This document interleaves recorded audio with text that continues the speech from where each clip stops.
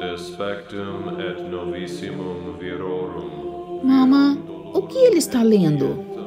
A Bíblia. O que isso significa? Não sei, Martinho. Está em latim. Oh.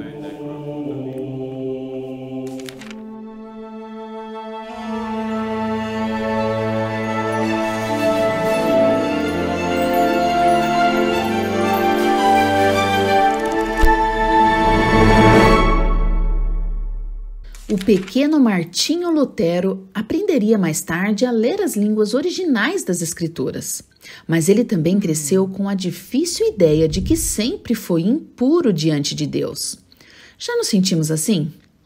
Como se tudo que Deus vê são nossos pecados e não temos como ganhar um lugar no céu? Foi assim com Martinho. Suas crenças o faziam sentir-se fraco, envergonhado e pequeno. Até que ele pudesse realmente ler e entender as incríveis epístolas de Paulo aos Romanos. A todos os que estais em Roma, amados de Deus, porque não me envergonho do Evangelho de Cristo, pois é o poder de Deus para a salvação a todo aquele que crê. O justo viverá pela fé. E todos são justificados gratuitamente pela sua graça, pela redenção que há em Cristo Jesus. Uau, interessante! Essas passagens e outras abalaram totalmente o cristianismo e fizeram com que muitos repensassem como eles abordavam a fé. E iniciou um dos maiores debates do cristianismo. Somos salvos pela fé ou pelas obras? Mas primeiro, o que é uma epístola, afinal de contas? Bem, para isso, vamos primeiro dissecar o Novo Testamento.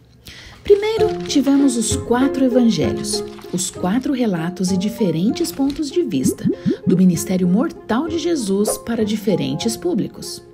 Em seguida, o livro de Atos, cobrindo bem os atos corajosos dos apóstolos espalhando a igreja depois que Jesus ascendeu ao céu. E agora temos 21 epístolas, cartas manuscritas de apóstolos para membros da igreja primitiva, abordando questões e tópicos específicos com os quais eles lidaram. E, finalmente, chegaremos ao livro do Apocalipse, a visão incrível de João, do céu e do fim do mundo. Aí sim! Assim, as epístolas paulinas eram cartas escritas por Paulo.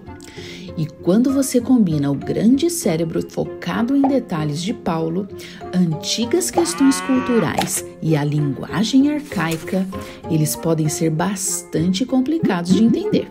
Mas nunca tema! Lembre-se do nosso kit de ferramentas para entender Isaías? Bem, acontece que temos outro prático para Paulo. 1. Como Jesus e Isaías, Paulo usa muitos exemplos das culturas das pessoas com quem está falando. Sim, nunca falamos isso. Em Cartas aos Judeus, ele fala sobre o Antigo Testamento.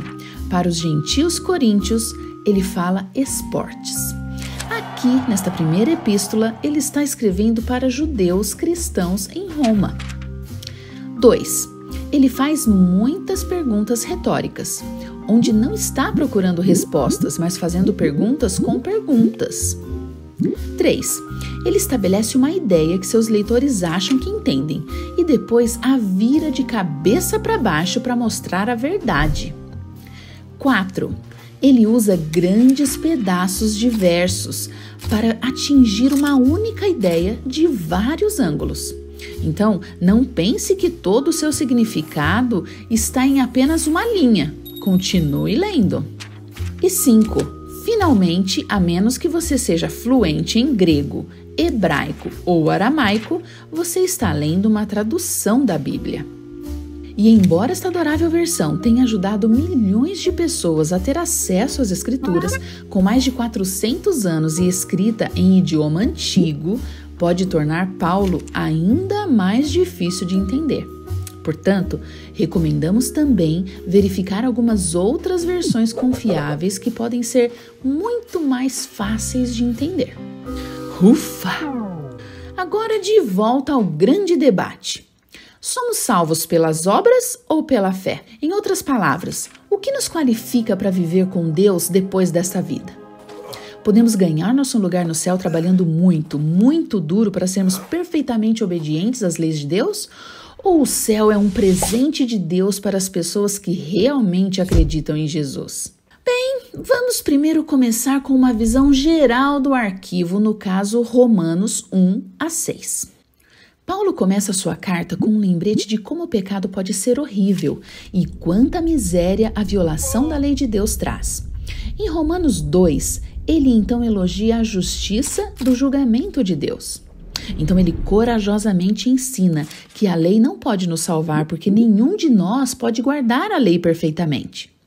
Lembre-se de que ele está falando com os judeus em Roma, que confiam em suas tradições para se distinguir dos gentios turbulentos ao seu redor. Paulo está lembrando a eles que esses 613 mandamentos da lei de Moisés não os levarão ao céu. Então, no capítulo 4, ele volta a Abraão, patriarca de todos os judeus, e observa que sua fé era o fundamento da sua justiça. Então, Paulo vai além, proclamando lindamente como o sacrifício de Jesus supera a nossa falta de justiça. Mas isso significa que simplesmente esquecemos os mandamentos? Deus me livre! Significando de maneira nenhuma. Claro que precisamos de mandamentos. Não podemos simplesmente ficar acreditando e não fazer nada. Ok, então. Todas essas idas e vindas com Paulo podem parecer um pouco como ir ao passeio de xícara de chá. Mas a resposta está bem aqui no meio. A justiça é dada pela fé e nós somos justificados pela sua graça. Uau! Então, Jesus nos dá a sua justiça?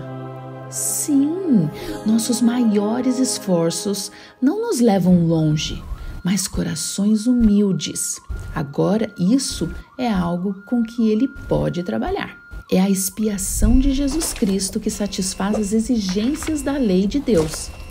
Para um lembrete do porquê que isso é tão importante, volte e assiste ao episódio Nevertheless. Graça é o poder de sua expiação operando em nossas vidas. Nossa fé em Jesus permite que Ele inunde nossas vidas com graça. Se isso está explodindo a sua mente, você não está sozinho. Lembra do caçador épico Enos? Se não, Living Scriptures tem um ótimo vídeo contando a história. Depois de sentir a incrível onda de alegria ao receber o perdão de Deus, ele pensou: uau, Pai Celestial, como isso funciona? Por causa da tua fé em Cristo, a tua fé te curou. Então, se a fé ativa a graça, como demonstramos nossa fé?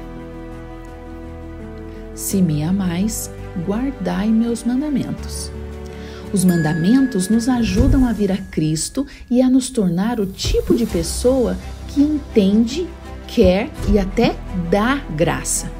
Por exemplo, valorizamos o dom do perdão de Deus, porque perdoamos os outros. Valorizamos o amor de Deus, quando amamos. Assim, podemos fazer nosso trabalho, vir a Cristo e deixar Jesus fazer o seu trabalho, nos salvar.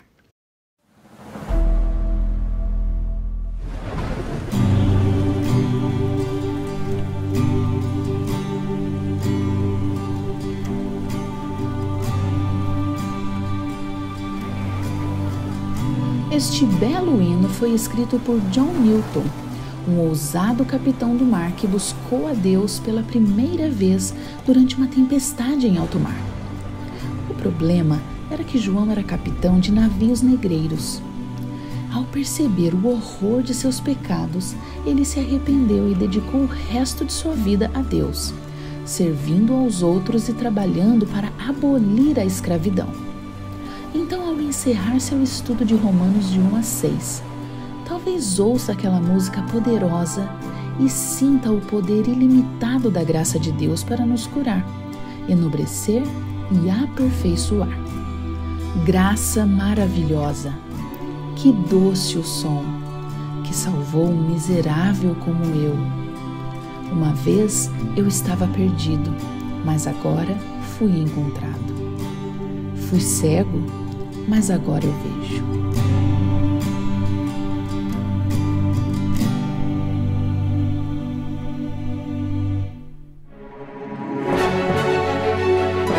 Há quase 50 anos, o Living Scriptures foi criado para ajudar todos a entender e sentir melhor o poder da Palavra de Deus.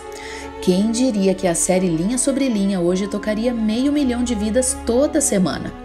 A 4ª temporada do glorioso Novo Testamento está em produção e você está convidado a nos ajudar nesta grande causa, clicando no link de doação abaixo. Qualquer pessoa que doar $10 por mês também recebe uma assinatura do streaming Living Scriptures.